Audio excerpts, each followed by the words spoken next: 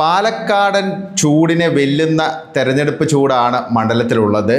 തെരഞ്ഞെടുപ്പിൽ ആര് ജയിക്കും? നിയമസഭാ തെരഞ്ഞെടുപ്പിൽ പാലക്കാട് മണ്ഡലത്തിൽ നിന്ന് ശോഭാ സുരേന്ദ്രൻ വിജയിക്കുമോ, അല്ലെങ്കിൽ രമേശ് പിഷാരടി ജയിക്കുമോ? UDF മണ്ഡലം നിലനിർത്തുമോ, അല്ലെങ്കിൽ അട്ടിമറി വിജയം BJP സ്വന്തമാക്കുമോ എന്നതൊക്കെയാണ് ചോദ്യങ്ങളായിട്ട് നിൽക്കുന്നത്. ഒരു പ്രവചനാതീതമായ ഒരു പോരാട്ടം തന്നെയാണ് പാലക്കാട് നടക്കുന്നത്. ശരിക്കും വാശിയേറിയ ഒരു ബൈപോളർ കോണ്ടസ്റ്റ് എന്ന് വേണമെങ്കിൽ നമുക്ക് പറയാൻ സാധിക്കും. കാരണം NMR റസാഖ് LDF സ്ഥാനാർത്ഥി പിക്ചറിലേ ഇല്ല. അദ്ദേഹം എത്ര വോട്ട് പിടിക്കും? CPMൻ്റെ അല്ലെങ്കിൽ LDFൻ്റെ ഒരു അടിസ്ഥാന വോട്ട് അദ്ദേഹത്തിന് പിടിക്കാൻ സാധിക്കുമോ എന്നത് മാത്രമാണ് ചോദ്യമായിട്ട് നിൽക്കുന്നത്. പലപ്പോഴും ഒരു NMR റസാഖിൻ്റെ ഒരു സ്ഥാനാർത്ഥിത്വം ഒരുപാട് സംശയങ്ങൾക്കൊക്കെ വഴിവെച്ചിട്ടുണ്ട്. ഇപ്പം NDAയും LDFും തമ്മിലുള്ള ഡീലാണെന്നൊക്കെയാണ് UDF ഉന്നയിച്ചിരുന്നത്. സത്യത്തിൽ ഇപ്പോൾ UDFും LDFും തമ്മിലുള്ളൊരു ഡീലായിട്ടാണ് പൊതുവെ വിലയിരുത്തപ്പെടുന്നത്. എന്തായാലും അതൊക്കെ അവിടെ നിൽക്കട്ടെ. ശോഭാ സുരേന്ദ്രനെ സംബന്ധിച്ച് ഇത്തവണ അവരുടെ ഒരു തെരഞ്ഞെടുപ്പ് ചരിത്രത്തിലെ ഏറ്റവും മികച്ചൊരു പെർഫോമൻസ് തന്നെ പുറത്തെടുക്കേണ്ടി വരും. കാരണം പാലക്കാടിനെ സംബന്ധിച്ച് BJPയുടെ ഒരു ബെഞ്ച് മാർക്ക് വോട്ട് എന്ന് പറയുന്നത് E ശ്രീധരൻ നേടിയ 50,000 വോട്ടാണ്. 2021 നിയമസഭാ തെരഞ്ഞെടുപ്പിൽ ഷാഫി പറമ്പലിനെ ശരിക്കും വിറപ്പിക്കാൻ E ശ്രീധരന് സാധിച്ചു. അദ്ദേഹം ജയിക്കുമെന്ന് എല്ലാവരും പ്രതീക്ഷിച്ചു. അവസാന നിമിഷം ഷാഫി കടന്ന് കൂടുകയായിരുന്നു. 4000 താഴെ വോട്ടിൻ്റെ ഒരു ഭൂരിപക്ഷത്തിനാണ് ഷാഫി ജയിച്ചത്. 50,000 വോട്ട്, അതായത് BJPയുടെ ഒരു ബേസ് വോട്ട് എന്ന് പറയുന്നത് പാലക്കാട് നിയമസഭാ മണ്ഡലത്തിൽ ഒരു 40,000 ആണ്. 10,000-ലധികം വോട്ടുകൾ പിടിക്കാൻ, നിഷ്പക്ഷരുടെ വോട്ടുകൾ ഉൾപ്പെടെ നേടാൻ E ശ്രീധരന് സാധിച്ചു. അത് ശ്രീധരൻ്റെ ഒരു മാജിക്കാണ്, അദ്ദേഹത്തിൻ്റെ വ്യക്തിപ്രഭാവമാണ്.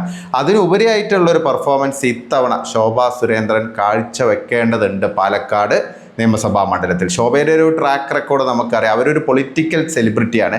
രമേശ് പിഷാരടി ഒരു ഭാഗത്തൊരു സെലിബ്രിറ്റി ആയിട്ട് നിൽക്കുമ്പോൾ ഒട്ടും പിന്നിലല്ല ശോഭാ സുരേന്ദ്രൻ. ശോഭാ സുരേന്ദ്രന് നിഷ്പക്ഷ വോട്ടുകൾ നേടാനുള്ള നല്ല കപ്പാസിറ്റി ഉണ്ട്. സ്ത്രീകളുടെയും നിഷ്പക്ഷരായുള്ള ആളുകളുടെയൊക്കെ വോട്ട് വലിയ തോതിൽ ആകർഷിക്കാൻ പറ്റുന്ന ഒരു കാൻഡിഡേറ്റ് തന്നെയാണ് ശോഭാ സുരേന്ദ്രൻ. രമേശ് പിഷാരടിക്കെതിരെ, UDF സ്ഥാനാർത്ഥിക്കെതിരെ ശോഭാ സുരേന്ദ്രൻ നിൽക്കുന്നു എന്നതാണ് ഒരു പ്രധാനപ്പെട്ട ഒരു സംഭവം. പാലക്കാട് നിയമസഭാ മണ്ഡലത്തിൽ ഏറ്റവും ചുരുങ്ങിയത് ഒരു 50,000 വോട്ടെങ്കിലും UDFന് അവിടെ ഉണ്ട് എന്നതാണ് ഒരു വസ്തുത. 50 മുതൽ 58,000 വരെയൊക്കെ വരുന്ന ഒരു വോട്ടാണ് UDFന് സമാഹരിക്കാൻ സാധിക്കുന്നത്. കഴിഞ്ഞ ഉപതെരഞ്ഞെടുപ്പിൽ രാഹുൽ മാങ്കൂട്ടത്തിൽ മത്സരിച്ചപ്പോൾ 58,000-ലധികം വോട്ട് UDFന് പാലക്കാട് മണ്ഡലത്തിൽ ലഭിച്ചിരുന്നു. അതിനു മുമ്പ് 2021 നമ്മൾ പറഞ്ഞു 54,000 വോട്ടാണ് ഷാഫി പറമ്പിൽ സ്വന്തമാക്കിയത്. 2016 ശോഭാ സുരേന്ദ്രനുമായിട്ടുള്ള മത്സരത്തിൽ ഷാഫി പറമ്പിൽ അന്ന് 57,000-ലധികം വോട്ട് നേടി. കഴിഞ്ഞ തദ്ദേശ തെരഞ്ഞെടുപ്പിലാണെങ്കിലും UDFന് 50,000-അടുത്ത് വോട്ടുണ്ട്. LDFന് 43,000-ലധികം വോട്ട് തദ്ദേശ തെരഞ്ഞെടുപ്പിൽ പാലക്കാട് നിയമസഭാ മണ്ഡലത്തിൽ പിടിക്കാൻ സാധിച്ചിരുന്നു. BJPക്ക് 38,000 വോട്ടാണ് ലഭിച്ചത്. അപ്പോൾ BJPയുടെ വോട്ട് വലിയ തോതിൽ ഉയർത്തേണ്ട ഒരു ദൗത്യമാണ് ശോഭാ സുരേന്ദ്രനുള്ളത്. ശോഭാ സുരേന്ദ്രൻ്റെ ഒരു ചരിത്രം ഈ മണ്ഡലത്തിൽ നോക്കുകയാണെങ്കിൽ 2016 അവർ അവിടെ വന്ന് മത്സരിച്ചപ്പോൾ ഏതാണ്ട് 18,000-ലധികം വോട്ടാണ് നേടിയത് കൂടുതലായിട്ട്. അതായത് 22,000 വോട്ടാണ് 2011 ഉദയഭാസ്കർ പാലക്കാട് BJPക്ക് വേണ്ടി പിടിച്ചത്. അത് 40,000 ക്രോസ് ചെയ്യിപ്പിക്കാൻ ശോഭാ സുരേന്ദ്രൻ സാധിച്ചു.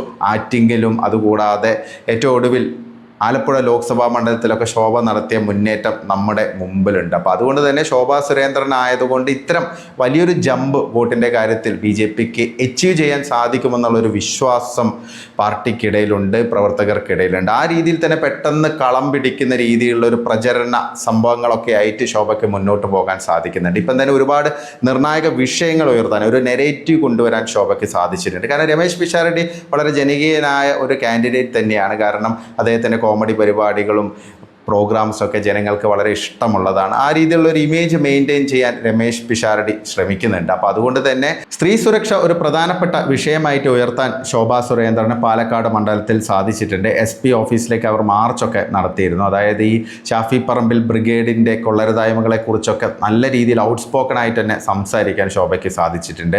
ഈ പ്രശോഭ് C. വത്സൻ, ഏറ്റവും ഒടുവിൽ ആ ഒരു ലൈംഗിക പീഡന കേസിൽ ഉൾപ്പെട്ട ഷാഫി പറമ്പിലിൻ്റെ ശിഷ്യൻ, അതിനു മുമ്പ് രാഹുൽ മാങ്കൂട്ടത്തിൽ. അപ്പോൾ ഇവരൊക്കെ ഇങ്ങനെ ആകുന്നു. അതായത് ഷാഫി പറമ്പിൽ നല്ലൊരു വ്യക്തിയാണെങ്കിൽ അദ്ദേഹത്തിൻ്റെ ശിഷ്യന്മാരും ആ രീതിയിൽ പോകേണ്ട. അവരെന്തുകൊണ്ട് പീഡന കേസുകളിലൊക്കെ ഉൾപ്പെടുന്നു? ഷാഫിക്ക് ഇതിനെക്കുറിച്ച് അറിവില്ലേ? എന്തുകൊണ്ട് ഷാഫി ഇതിലൊരു നിലപാട് സ്വീകരിക്കുന്നില്ല, ഒരു ശക്തമായ നിലപാട് സ്വീകരിക്കുന്നില്ല എന്നുള്ള ആ ഒരു ചോദ്യമൊക്കെ അവർ ഉന്നയിച്ചിട്ടുണ്ട്. ഒരു പൊളിറ്റിക്കലായിട്ടുള്ളൊരു നെറേറ്റീവ് കൊണ്ടുവരാൻ ശോഭാ സുരേന്ദ്രന് സാധിച്ചിട്ടുണ്ട്. പക്ഷേ ഇത് എത്രത്തോളം പൊളിറ്റിക്കലി ചാർജ്ഡ് ആയ ഒരു മണ്ഡലത്തിൽ ഒരു ഇഷ്യൂ ആയിട്ട് മാറും, അതായത് ഒരു ടിൽറ്റിംഗ് ആയിട്ട് വോട്ട് ടിൽറ്റ് ചെയ്യാൻ പറ്റുന്ന രീതിയിലേക്ക് മാറും എന്നുള്ളത് നമുക്കറിയില്ല. പക്ഷെ ഒരു കാര്യം ഉറപ്പാണ്, ഈ രാഹുൽ മാങ്കൂട്ടത്തിൻ്റെ വിഷയം കൊണ്ടൊക്കെ വലിയ രീതിയിലുള്ള അപമാനമാണ് പാലക്കാട്ടെ വോട്ടർമാർ നേരിട്ടത്. പ്രത്യേകിച്ച് വലിയ ഭൂരിപക്ഷത്തോടെയാണ് രാഹുൽ മാങ്കൂട്ടത്തിനെ ജയിപ്പിച്ചത്. എന്നിട്ട് തലയിൽ മുണ്ടിട്ട് നടക്കേണ്ട ഒരു സാഹചര്യം പല പാലക്കാട്ടുകാർക്കും ഉണ്ടായിരുന്നു. അപ്പോൾ അവർക്ക് വീണ്ടും ഒരു അബദ്ധം സംഭവിക്കുമോ എന്നുള്ളത് നമുക്കറിയില്ല. എന്തായാലും ഇതൊക്കെ ഒരു നിർണായക ഘടകം തന്നെയാണ്. പിന്നെ പ്രധാനപ്പെട്ട കാര്യം, പാലക്കാട്ട് ഏറ്റവും കൺസോളിഡേറ്റ് ചെയ്ത് അല്ലെങ്കിൽ ആ രീതിയിൽ നമ്പറായിട്ട് വോട്ട് ചെയ്യുന്ന മുസ്ലിങ്ങളുള്ള ഒരു സ്ഥലം തന്നെയാണ്. ഏതാണ്ട് 37,000-ഓളം വരുന്ന വോട്ട് മുസ്ലിങ്ങളുടെ വോട്ടാണ്. 28-29% വരും.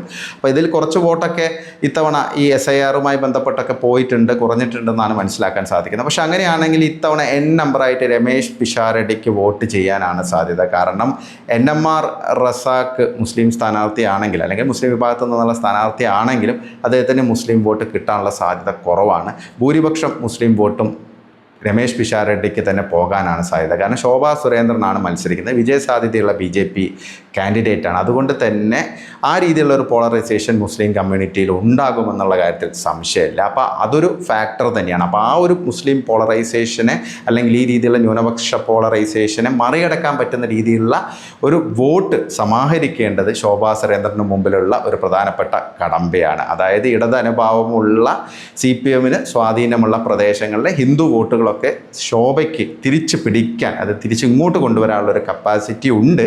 അത് സക്സസ്ഫുൾ ആകുമോ എന്നതും ഒരു ചോദ്യമായിട്ട് നിൽക്കുന്നുണ്ട്. പ്രത്യേകിച്ച് ഈ NMR റസാഖിനെ അത്ര ദഹിക്കുന്നില്ല പല ഇടത് അനുഭാവികൾക്കും. കേഡർ വോട്ടൊന്നും എന്തായാലും മാറാൻ പോകുന്നില്ല. പക്ഷേ അല്ലാത്ത ഈ അനുഭാവമുള്ള പിന്നാക്ക വിഭാഗക്കാരൊക്കെ ഉണ്ട് ഒരുപാട്. ഇപ്പോൾ കണ്ണാടി, മാത്തൂർ, ഈ പിരായിരി പഞ്ചായത്തുകളിലൊക്കെ ഈ ഇഴവ വോട്ട് ബാങ്കിനൊക്കെ വളരെ നിർണായകമായുള്ള സ്വാധീനമൊക്കെ ഉണ്ട്. അപ്പോൾ അവരുടെയൊക്കെ കുറച്ച് വോട്ട് ശോഭാ സുരേന്ദ്രനെ സമാഹരിക്കാൻ സാധിക്കുകയാണെങ്കിൽ, മുമ്പ് അവർ മത്സരിച്ചപ്പോൾ പല മണ്ഡലങ്ങളിലും ഈ രീതിയിൽ വലിയ തോതിൽ വോട്ടുകൾ നേടാൻ അവർക്ക് കഴിഞ്ഞിട്ടുണ്ട്. അപ്പോൾ അതേ രീതിയിലുള്ള ഒരു മാജിക് ശോഭയുടെ ഭാഗത്തു നിന്ന് ഉണ്ടാവുകയാണെങ്കിൽ മത്സരം എക്സ്ട്രീംലി ടൈറ്റ് ആകും എന്നുള്ളതാണ് ഒരു വസ്തുത. പാലക്കാട് നിയമസഭാ മണ്ഡലത്തിൽ BJPയുടെ ഏറ്റവും വലിയ ശക്തി എന്ന് പറയുന്നത് നഗരസഭ തന്നെയാണ്. നഗരസഭയ്ക്ക് പുറത്ത് അത്ര ശക്തി BJPക്കില്ല എന്നതും ഒരു വലിയ പ്രശ്നമാണ്. പലപ്പോഴും നഗരസഭയിൽ വോട്ട് എണ്ണുമ്പോൾ മുന്നിൽ നിൽക്കുന്ന BJP സ്ഥാനാർത്ഥികൾ മറ്റിടങ്ങളിലേക്ക് പോകുമ്പോൾ താഴോട്ട് പോകുന്ന ഒരു സാഹചര്യമാണ്. ഇപ്പോൾ ഈ ശ്രീധരനെ സംബന്ധിച്ച് പറയുകയാണെങ്കിൽ അദ്ദേഹം കഴിഞ്ഞ തെരഞ്ഞെടുപ്പിൽ 2021 തെരഞ്ഞെടുപ്പിൽ അദ്ദേഹം 34,000-ലധികം വോട്ട് പാലക്കാട് നഗരസഭ പരിധിയിൽ നിന്ന് മാത്രം നേടിയിരുന്നു. ബാക്കിയുള്ള കണ്ണാടി, പിരായിരി, മാത്തൂർ ഈ 3 പഞ്ചായത്തുകളിലും മുന്നേറ്റം ഉണ്ടാക്കാൻ അദ്ദേഹത്തിന് സാധിച്ചിരുന്നു. ഒന്നാമതോ രണ്ടാമതോ ഒന്നും എത്താൻ പറ്റിയില്ലെങ്കിൽ പോലും ഇപ്പോഴും BJP ഈ 3 പഞ്ചായത്തുകളിലും 2ാം സ്ഥാനത്ത് പോലും നിൽക്കുന്നില്ല എന്നതൊരു ന്യൂനതയാണ്. പിരായിരിയിലും മാത്തൂറിലും കണ്ണാടിയിലും BJP 3ാമതാണ്. ഇതിൽ പിരായിരി എന്ന് പറഞ്ഞാൽ മുസ്ലിം ഡൊമിനേറ്റഡ് ആയുള്ള ഒരു മേഖലയാണ്. അവിടെ UDFന് നിർണായക സ്വാധീനമുണ്ട്. UDF ആണ് 1ാമതെത്താറ്. എന്നാൽ മാത്തൂറും കണ്ണാടിയും ഇടത് സ്വാധീനമുള്ള അല്ലെങ്കിൽ ഇടത് കോട്ട എന്നൊക്കെ പറയുന്ന രീതിയിലുള്ള പഞ്ചായത്തുകളാണ്. പക്ഷേ അവിടെയൊക്കെ BJP ക്രമാതീതമായി വളരുന്നുണ്ട്. പക്ഷേ അങ്ങനെയാണെങ്കിൽ പോലും അവിടെ ഒരു വലിയ മുന്നേറ്റം ഉണ്ടാക്കിയാൽ മാത്രമേ ഉള്ളൂ ശോഭാ സുരേന്ദ്രന് പ്രതീക്ഷിക്കുന്ന രീതിയിൽ ആ ഒരു UDFൻ്റെ ആ ഒരു വോട്ടിനൊപ്പം എത്താൻ സാധിക്കുകയുള്ളൂ. പ്രത്യേകിച്ച് പറയുകയാണെങ്കിൽ ഇപ്പോൾ കഴിഞ്ഞ തദ്ദേശ തെരഞ്ഞെടുപ്പിൽ പാലക്കാട് നഗരസഭയിൽ പോലും നല്ലൊരു ഫൈറ്റായിരുന്നു. BJPക്ക് അവിടെ വോട്ട് കുറഞ്ഞിരുന്നു. ശ്രീധരൻ 34,000-ത്തിലധികം വോട്ട് പാലക്കാട് നഗരസഭാ പരിധിയിൽ പിടിച്ചപ്പോൾ തദ്ദേശ തെരഞ്ഞെടുപ്പിൽ ആ ഒരു വോട്ട് BJPക്ക് ലഭിച്ചിട്ടില്ല. അവരുടെ വോട്ട് 26,000-ത്തിലധികമായിരുന്നു. 600 വോട്ടിൻ്റെ ഏതാണ്ട് 600 വോട്ടിൻ്റെ ഒരു ഡിഫറൻസ് ആയിരുന്നു UDFും BJPയും തമ്മിലുണ്ടായിരുന്നത്. ചെറിയ മുൻതൂക്കം ലീഡ് നേടാൻ NDAക്ക് BJPക്ക് സാധിച്ചിട്ടുണ്ട്. അപ്പോൾ അതുകൊണ്ട് തന്നെ പാലക്കാട് നഗരസഭയിൽ നല്ല പെർഫോമൻസ് BJPയുടെ ഭാഗത്തു നിന്ന് വേണ്ടി വരും. അതുകൂടാതെ പിരായിരി, മാത്തൂർ, കണ്ണാടി ഈ 3 പഞ്ചായത്തുകളിലും ഒരു സമാന രീതിയിലുള്ള ഒരു മുന്നേറ്റം BJPക്ക് നടത്തേണ്ടതുണ്ട്. പ്രത്യേകിച്ച് ഈ ഇടത് അനുഭാവികളായുള്ള വോട്ടർമാർക്കിടയിൽ ഒരു കൺഫ്യൂഷൻ ഉണ്ട്. NMR റസാഖിന് ഒരു വിജയസാധ്യത ഇല്ല എന്നുള്ളത് ഏതാണ്ട് ഉറപ്പായൊരു സംഭവമാണ്. അപ്പം അവർക്കിടയിൽ ഒരു സ്വാധീനം ഉണ്ടാക്കാൻ ശോഭയ്ക്ക് കഴിയുമോ എന്നതാണ് ഒരു ചോദ്യം. കാരണം ശോഭാ സുരേന്ദ്രൻ ആറ്റിങ്ങലിലും അതിനുശേഷം ഇപ്പോൾ ഏറ്റവും ഒടുവിൽ ആലപ്പുഴയിലൊക്കെ മത്സരിച്ചപ്പോൾ ഇടത് കോട്ടകളിൽ കയറി വലിയ തോതിൽ വോട്ട് സമാഹരിച്ചിട്ടുണ്ട്. അപ്പം അതിന് കപ്പാസിറ്റി ഉള്ള ഒരു ലീഡറാണ് ശോഭ എന്നതിൽ സംശയമില്ല. അപ്പോൾ ഈ മാത്തൂർ, പിരായിരി, അതുകൂടാതെ കണ്ണാടി ഇവിടെയുള്ള കുറച്ച് ഇടത് വോട്ടുകൾ പാർട്ടിയിലേക്ക് BJPയിലേക്ക് കൊണ്ടുവരാൻ സാധിക്കണം. പ്രത്യേകിച്ച് സ്ത്രീ വിഷയം, അതായത് സ്ത്രീ സുരക്ഷ ഉൾപ്പെടെയുള്ള സംഭവങ്ങളൊക്കെ സജീവമായിട്ട് ഉയർത്താൻ ശോഭയ്ക്ക് സാധിച്ചിട്ടുണ്ട്. അപ്പോൾ സ്ത്രീകളുടെ ഒരു വോട്ട് നല്ല രീതിയിൽ ശോഭയ്ക്ക് ആകർഷിക്കാൻ പറ്റുമോ എന്നതാണ് മറ്റൊരു പ്രധാനപ്പെട്ട ചോദ്യമായിട്ട് നിൽക്കുന്നത്. മത്സരം എക്സ്ട്രീംലി ടഫാണ്, ടൈറ്റാണ്. പക്ഷേ അങ്ങനെയാണെങ്കിൽ ശോഭാ സുരേന്ദ്രൻ ആയതുകൊണ്ട് നമുക്കൊരിക്കലും അവരെ എഴുതി തള്ളാൻ സാധിക്കില്ല. കാരണം അവർക്ക് ആ രീതിയിലുള്ളൊരു പവറുണ്ട്. പരമാവധി വോട്ടുകൾ സാഹചര്യത്തിനനുസരിച്ച് നേടാൻ അവർക്കൊരു കപ്പാസിറ്റി ഉണ്ട്. അപ്പോൾ ഇത്തവണ മത്സരിക്കുന്നത് ഒരു 40,000 ബേസ് വോട്ടുള്ള ഒരു മണ്ഡലത്തിലാണ്. അപ്പം ബാക്കി ഒരു 10,000 അല്ലെങ്കിൽ 15,000 വോട്ട് ശോഭയ്ക്ക് അധികമായി പിടിക്കാൻ കഴിയുമോ അതിനെ ആശ്രയിച്ചിരിക്കും BJPയുടെ വിജയസാധ്യത.